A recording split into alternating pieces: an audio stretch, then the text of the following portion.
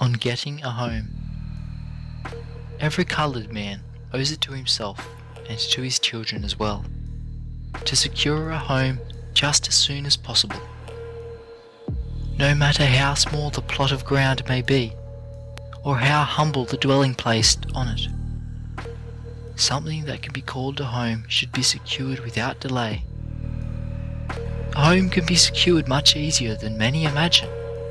A small amount of money saved from week to week or from month to month and carefully invested in a piece of land will soon secure a site upon which to build a comfortable house.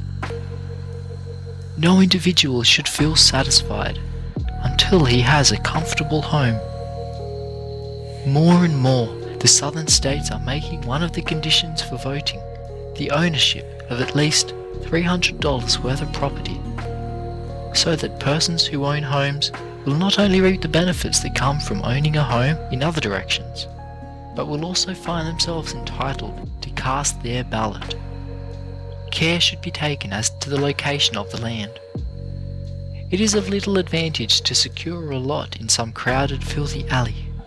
One should try to secure a lot on a good street, a street that is carefully and well worked, so that the surroundings of the home will be enjoyable.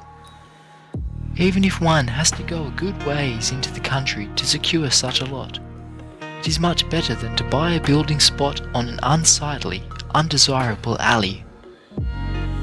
I believe that our people do best, as a rule, to buy land in the country instead of in the city. But in either case, we should not rest until we have secured a home in one place or the other.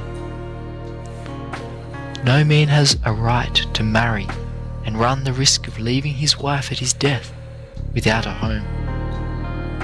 I notice with regret that there are many of our people who have already bought homes, who, after they have secured the land, paid for it, and built a cabin containing 2 or 3 rooms, do not seek to go any further in the improvement of the property. In the first place, in too many cases the house and yard, especially the yard, are not kept clean. The fences are not kept in repair. Whitewash and paint are not used as they should be. No matter if the house is paid for, the greatest care should be exercised to see that it is kept in first-class repair, that the walls of the house and the fences are kept neatly painted or whitewashed, that no palings are allowed to fall off the fence, or if they do fall off, to remain off. If there is a barn or a hen house, these should be kept in repair, and should, like the house, be made to look neat and attractive by paint and whitewash. Paint and whitewash add a great deal to the value of a house.